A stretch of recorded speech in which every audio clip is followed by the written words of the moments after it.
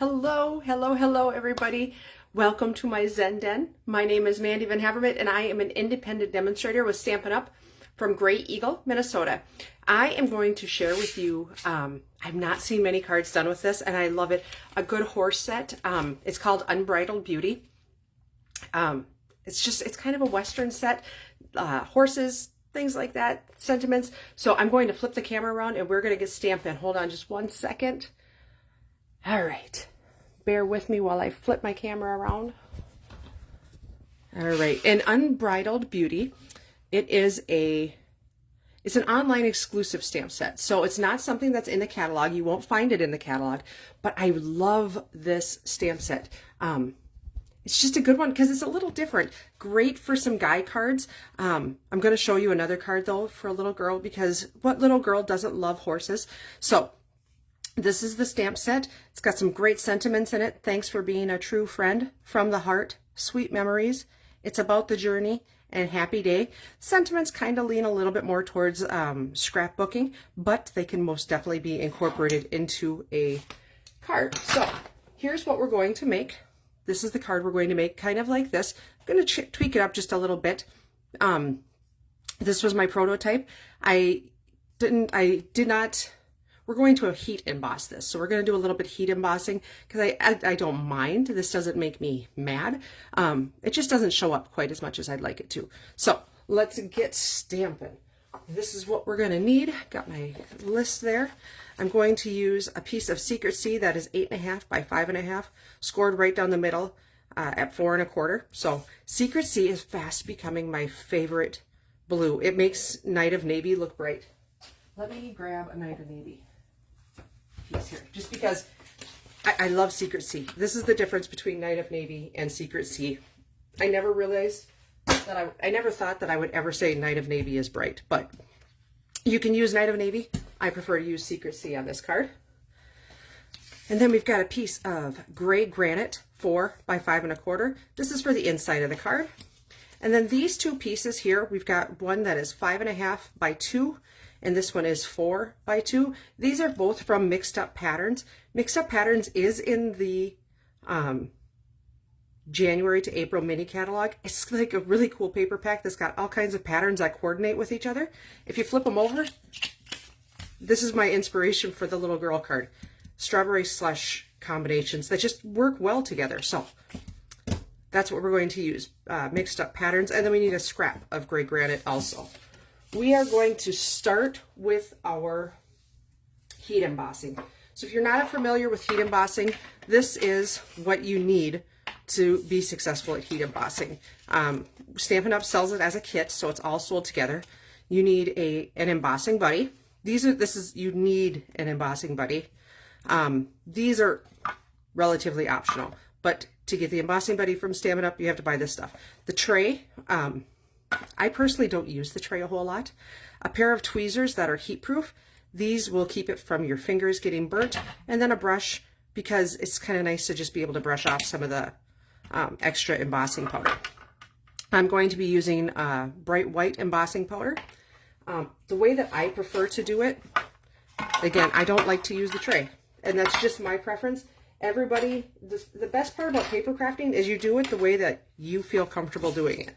This is the way that I feel comfortable doing it. I've been doing it this way for a while, so this is how I like to do it. Okay, so we've got our piece of cardstock, our Secret C cardstock, where we would fold it. So I'm going to I like this side better. And the reason why is just because this folds, it's not 100% perfect. And in my head, to open it just is a little easier when the flap is just a little bigger on the top. So we're going to use this side. I'm going to heat emboss right down here. So I'm going to take this embossing buddy, which has got like cornstarch or something like that in it. It's a cornstarch type thing. I don't know what it is. We're just going to rub it down there. And what that does is it releases the static so that our embossing powder doesn't stick where we don't want it to stick. And then I'm going to bring out a Versamark ink pad. Versamark is it's not water-based ink, it's thicker ink, so it's sticky. You can use it for stamping, but you're going to have to let it sit for a while if you do that. I've got the Thanks for Being a True Friend. I'm just going to ink that up just like a regular ink ink pad, just like you normally would. And I'm going to stamp that down. So I did that embossing buddy, and I'm doing this right on top of the embossing buddy. Get some nice, and so you can see, it just gives a nice, right, tone on tone look. You could leave it like that if you wanted to. Here's where the magic comes in. We're going to pour, I've got my paper down here. I'm going to pour some white embossing powder on there. And here's where the little brush comes in, kind of nice. Got a little bit of extra right there.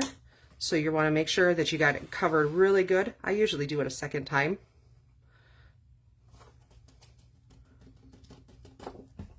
You can just brush that off.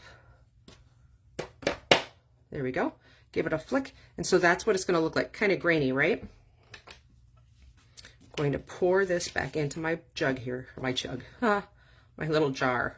It's a jar. It's not a jug.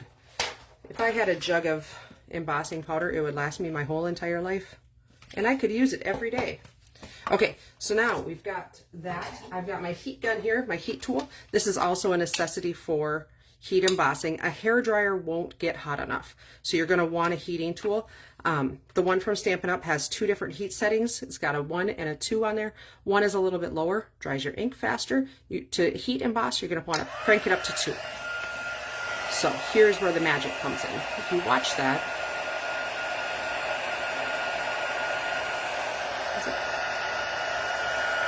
I don't know if I don't want to be fuzzy to you, out of focus, but so you can see that turning a nice, it turns plasticky kind of looking, and that's where the magic comes in. Some people heat emboss from the bottom. It's basically melting that plastic, just like that.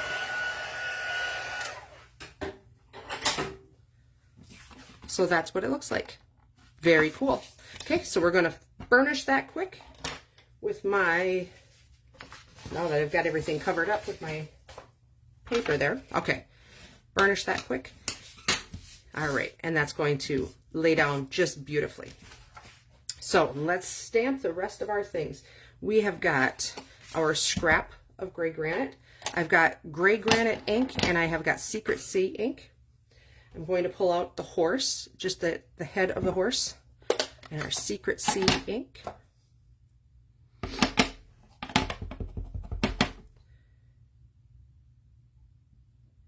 And I have a very juicy Secret Sea ink pad, so that's why it went in so much. But didn't that stamp just beautifully?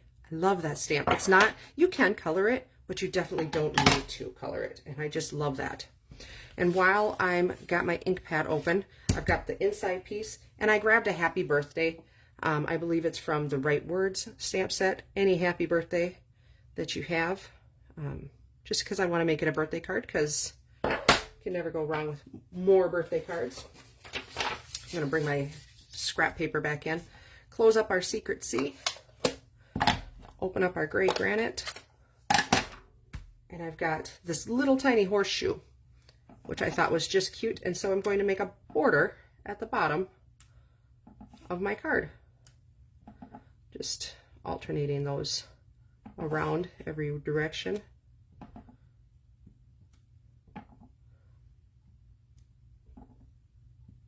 Just like that. Super cute, right? All right, so let's put this together. Close those up. One more thing. I've got a 2 3/8 circle punch. And that's, I'm just going to punch my horse out from that. And I've also got a little bit of ribbon. I know this is Secret Sea. There's a couple different Secret Sea ribbons in the catalog right now. Honestly, I'm not sure which one this is. It tells me that it is faux linen ribbon. So I think there's another Secret Sea that's more see-through. Use what makes you happy. It's good to use what you have on hand, right? All right. So let's assemble our card. So I'm going to take my piece of the pattern, the mixed up pattern.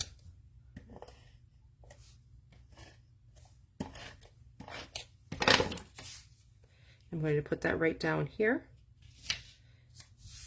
just like that. And now on this piece, I'm going to stick this right here. but I want to put my ribbon right here. And what I want to do is just use, I have just a regular old stapler. It's an old vintage stapler because that's what I have, is an old vintage stapler. But what I want to do is take my ribbon. Let's see, how do I want to do that?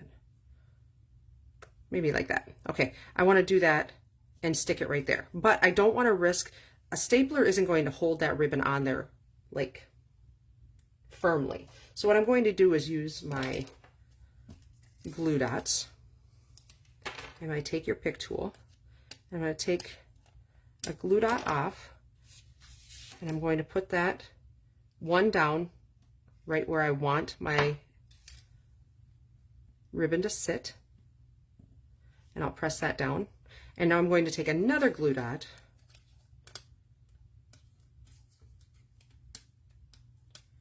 just right off of there with my take your pick, and I'm going to stick that on top of there so that I can fold it over just like that. So now I can take my stapler and kind of center it on there a little bit as best I can, staple it, and it just adds a little something. It's holding it on there, but those glue dots are also holding it on there, so it's extra secure. All right, so let's now attach that to the front of my card.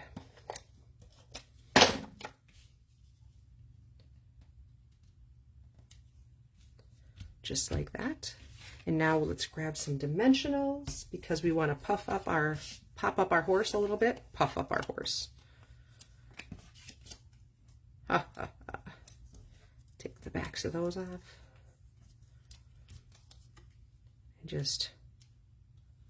And you can lay it under that ribbon a little bit. Doesn't have to be, it looks great, right? So fun. Let's put our inside in.